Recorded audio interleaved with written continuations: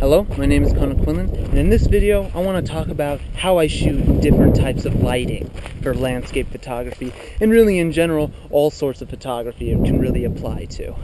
So what I'm going to talk about today is what I like to take pictures of when it's cloudy out. As you can see, it's a little bit cloudy now. It's actually partially cloudy, which is, in my opinion, prime condition for landscape photography, especially when shooting up into the air, because it creates a really neat background. But let's pretend for this tutorial that it's completely cloudy, no sun at all for the day. Even in situations like this where it's shady, it can be useful to use these certain techniques. Now when it's cloudy out, it's actually not a very good idea to shoot up into the sky. For example, if I wanted to take a picture of this cacti here and I wanted to get the sky in the background, it probably wouldn't do so well to come from the bottom like this and shoot up into the sky on a very cloudy day. The reason being is because, first of all, the sky is probably going to be brighter than the ground. The sky will probably be overexposed, the ground underexposed. And then finally, the last reason why it might not be such a good idea is because you're going to have a very dull gray background as the sky. So it's important that you try not to shoot up as much and get as much sky when you have a very gray overcast sky. So when that happens, what do you want to look for? What do you want to shoot? Well, the answer to that is pretty simple, is shoot for things on the ground. Look down, basically, and start shooting down, and don't include any sky in your image at all.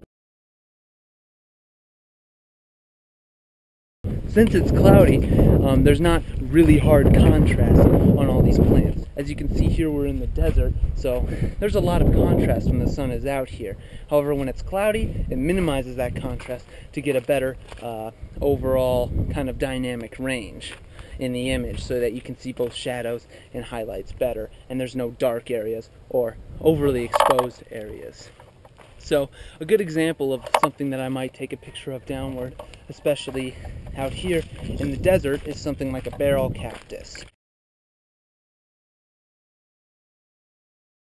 In terms of nature. But like I said, this can apply for any sort of photography that you want to apply these techniques to.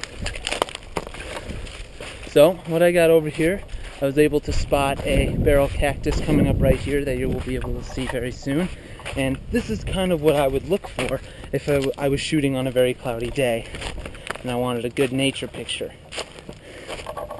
So here, as we can see, we got a couple very large barrel cactus. These would be great subjects to work with when it's cloudy.